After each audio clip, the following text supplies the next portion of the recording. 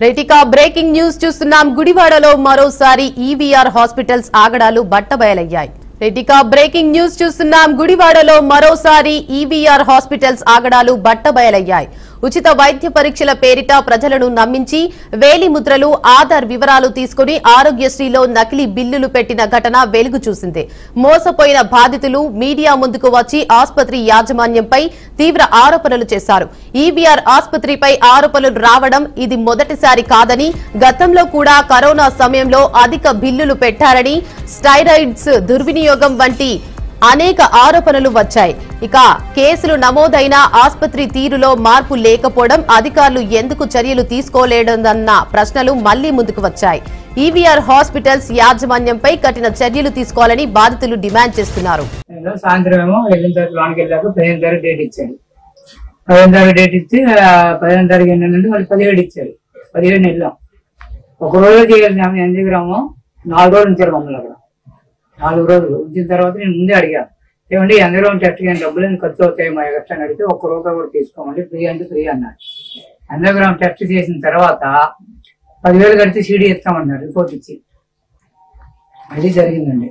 ఈవిడికి ఏం చేశారు, మోకాళ్ళకి ఫోటోలు తీసి ఆపరేషన్ చేసినట్టు, టాబ్లెట్లను డబ్బులు ఈవిడికి ఇచ్చినట్టు ఆరోగ్యశ్రీ పెట్టుకొని నన్ను బెడ్ మీద పడుకోబెట్టారు. మామూలు తీసుకెళ్లి బెడ్ మీద పడుకోబెట్టి ఒక క్లాత్ కప్పేసేసి ఈ మోకాల దగ్గర కొద్దిగా క్లాత్ పక్కకు తొలగించి దాని మీద దూరి పెట్టి ప్లాస్టర్ అంటిచ్చేసి ఇంజక్షన్ చేసినట్టుగా పెట్టారు. ఆ పక్కన ఎన్ని మందులు, సిలిండర్ సీసాలు అవన్నీ పెట్టుకుని వెనకాల ఒక అబ్బాయి ఏదో పుస్తకం పట్టుకుని వెనకాల నుంచి ఒక అబ్బాయి వచ్చి ఫోటో తీసాడు. ఫోటో తీసేసిన తర్వాత మళ్ళీ ఎక్కడ తీసేసేసి నువ్వు వెళ్ళిపోమ్మా అని అన్నారు.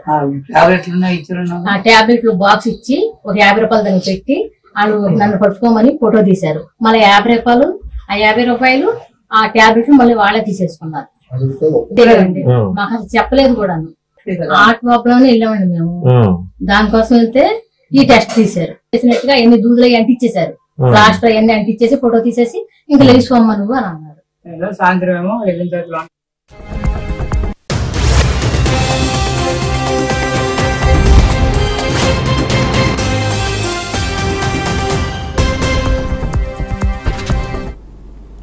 రైటికా బ్రేకింగ్ న్యూస్ చూస్తున్నాం. గుడివాడలో మరోసారి ఈవీఆర్ హాస్పిటల్స్ ఆగడాలు బట్టబయలయ్యాయి.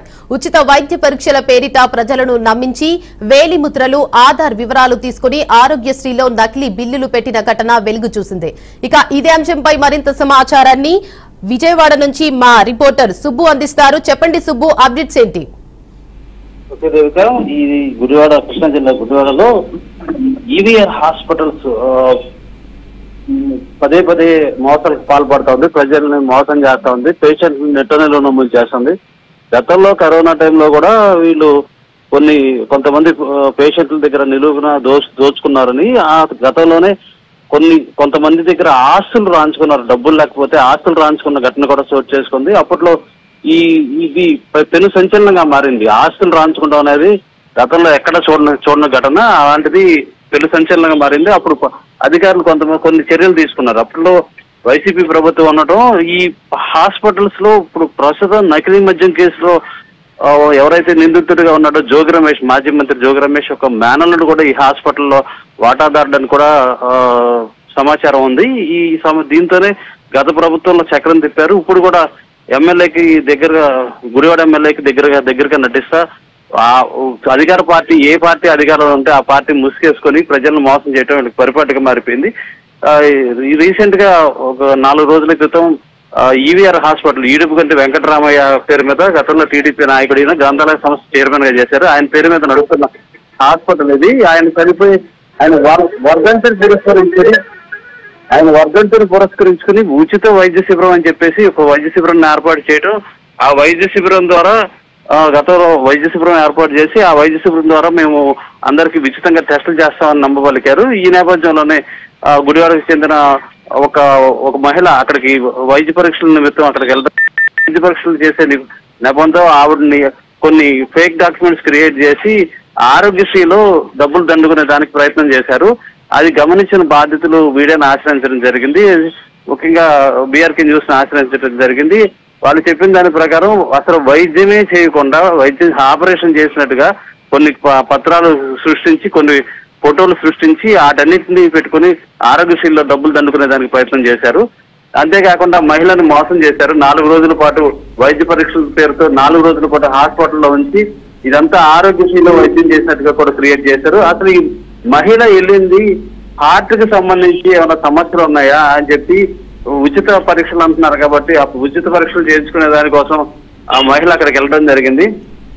ఆ మహిళని అక్కడ కూర్చోబెట్టి మోకాలకి శస్త్రచికిత్స చేసినట్టుగా కూడా కొన్ని తప్పుడు పత్రాలు సృష్టించారు. గతంలో కూడా ఇలాగే ఠాగూర్ సినిమాలో చూపించిన మాదిరిగానే ఇక్కడ చచ్చిపోయిన మనుషులు కూడా వైద్యం చేయడం జరిగింది ఇదే హాస్పిటల్లో. అయితే అధికారులు వీళ్ళు ఇచ్చే మామూలుకి కావచ్చు, ఇంకా వేరే రాజకీయ ప్రలోభాలకు కావచ్చు లొంగిపోయి వీళ్ళ మీద చర్యలు తీసుకుంటానికి వెనకాడుతున్నారు. గతంలో కూడా ఈ హాస్పిటల్ మీద, ఇదే హాస్పిటల్ మీద 4-5 సంవత్సరాల్లో 7-8 సార్లు కేసులు నమోదైనవి. ప్లస్ 7-8 సార్లు పేషెంట్ యొక్క బంధువులు ఎవరైతే ఉన్నారో హాస్పిటల్ మీద దాడి చేసి ఆందోళన చేసే ఇది కూడా జరిగింది. ఇంత జరుగుతున్నప్పటికీ అధికారులు మాత్రం నమ్మక నీరెత్తినట్లు వ్యవహరిస్తున్నారు. అధికారులు రాజకీయ ప్రలోభాలకు లొంగుతున్నారా లేకపోతే వాళ్ళు ఇచ్చే డబ్బులకు లొంగుతున్నారా అర్థం కాని పరిస్థితి నెలకొంది. ఇన్నిసార్లు 3-4 సార్లు ఆ హాస్పిటల్ మీద ఫిర్యాదులు వచ్చి కనీసం చర్యలు తూతు మంత్రంగా చర్యలు తీసుకుంటున్నారు అనే విమర్శలు కూడా వస్తున్నాయి. ఇది మొత్తం మీద అధికారులు తీరును కూడా తప్పుపడుతున్నారు జనాలు, ప్రజలు. ఎవరైతే ఈ హాస్పిటల్కి వెళ్తున్నారో ఆ హాస్పిటల్లో నిలువు దోపిడీ చేస్తున్నారని చెప్పేసి కూడా విమర్శలు బాగా ఉన్నాయి. దానికి తోడు వైద్యం కూడా సరిగా చేయట్లేదని, ఈ మెడిసిన్స్ కి సంబంధించి స్టెరాయిడ్స్ అధిక మొత్తంలో స్టెరాయిడ్స్ వాడుతున్నారని చెప్పేసి కూడా కొన్ని విమర్శలు అయితే ఉన్నాయి. ఏదైతే మనిషికి స్టెరాయిడ్స్ ఎక్కువగా ఇవ్వడం వల్ల ప్రాణాపాయం కలిగే పరిస్థితి నెలకొంటుంది. అది కాకుండా ఈ లాంగ్ రన్ లో ఏదైతే దీర్ఘకాలికంగా అనుకోని వ్యాధులు వచ్చి అవి ప్రాణాంతకంగా మారే ప్రమాదం కూడా ఉందని చెప్పేసి వైద్య నిపుణులు చెప్తున్నారు. స్టెరాయిడ్స్ ఏదో ఆ కఠినమైన మొండి రోగాలకి అది కొంతమేర అది కూడా నిపుణుల పర్యవేక్షణలో వాడాల్సి ఉంటుంది. ఇక్కడ ఎటువంటి నిపుణులు లేకపోయినా బట్టి వాళ్ళకున్న వైద్యులో దీనిలోనే ఆ సర్కిల్లోనే వాళ్ళు స్టెరాయిడ్స్ వాడేస్తున్నారు.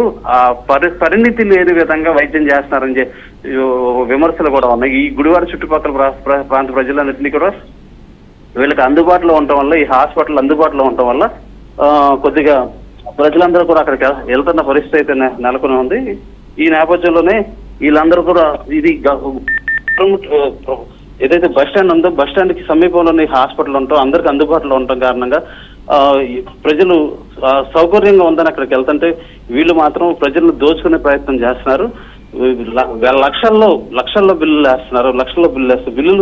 బిల్లులు పక్కన పెడితే వైద్యం కూడా సరిగా చేయట్లేదని, దోచుకున్నప్పటికీ వైద్యం చేస్తే బాగానే ఉంటుందని చెప్పేసి వీళ్ళంతా కూడా ఆందోళన వ్యక్తం చేస్తున్న పరిస్థితి. అయితే వీళ్ళ మీద ఇప్పటికైనా చర్యలు తీసుకోవాలని చెప్పేసి కూడా ఈ గుడివాడకు సంబంధించి ప్రజలందరూ కూడా డిమాండ్ చేస్తున్నారు. ఇప్పటికీ 3-4 సార్లు ఫిర్యాదులు వచ్చినప్పటికీ అధికారులు మాత్రం ఎందుకు ఇలా వ్యవహరిస్తున్నారు అనే దాని మీద కూడా విమర్శలు వస్తున్నాయి. దీనిపైన ఇప్పటికైనా అధికారులు చర్యలు తీసుకోవాలని చెప్పేసి కూడా ప్రజలంతా కూడా డిమాండ్ చేస్తున్నారు. అయితే సుబ్బు, ఇంత జరుగుతున్నా కూడా అధికారులు ఎందుకు పట్టించుకోలేదంటారు? అంటే వాళ్ళు కూడా ఏమైనా చేతులు కలిపారంటారా? ఇక్కడ ప్రస్తుతం 2 రకాల పరిస్థితులు మనం చూడొచ్చు దేవిగా. ఏంటంటే అధికారులు ఒకటి మామూలు మత్తు అనుకోవచ్చు, 2 రాజకీయ పలుకుబడి అనుకోవచ్చు. ఈ ప్రస్తుతం ఇప్పుడు ఈ హాస్పిటల్ యాజమాన్యం గతంలో టీడీపీ నేపథ్యం ప్లస్ గత ప్రభుత్వంలో వైసీపీ నేపథ్యం. వైసీపీలో జోగి రమేష్ ఎవరైతే లిక్కర్ కేసులో నిందితుడిగా ఇప్పుడు రిమాండ్ లో ఉన్నారో ఆయన మేనల్లుడు ఈ హాస్పిటల్లో వాటాలు ఉన్నాయని చెప్పేసి కూడా మనకి సమాచారం ఉంది. ఈ నేపథ్యంలో అటు వైసీపీ ప్రభుత్వంలో జోగి రమేష్ అడ్డం పెట్టుకుని ఇప్పుడు వీళ్ళ నాన్నగారు ఎవరైతే ఈడుపుగడ్డ వెంకటేశ్వర ఈ హాస్పిటల్ ఎవరి పేరు మీద అయితే రన్ అవుతుందో ఆ హాస్పిటల్లో ఆయన గతంలో గ్రంథాలయ సంస్థ చైర్మన్ గా చేస్తున్నారు తెలుగుదేశం పార్టీ తరఫు నుంచి. ఈ రెండు పార్టీలకు సంబంధించిన నేపథ్యం ఉండటం వల్ల దీన్ని రాజకీయంగా వీళ్ళు అనుకూలంగా మలుచుకుని ఈ పరిస్థితుల్లోనే అధికారులందరినీ ప్రలోభపెట్టి నయాన భయాన ప్రలోభపెట్టి ఈ దందాకైతే తెరతీస్తున్నారని కూడా చెప్పుకోవచ్చు Devika. Right, thank you for the update Subbu.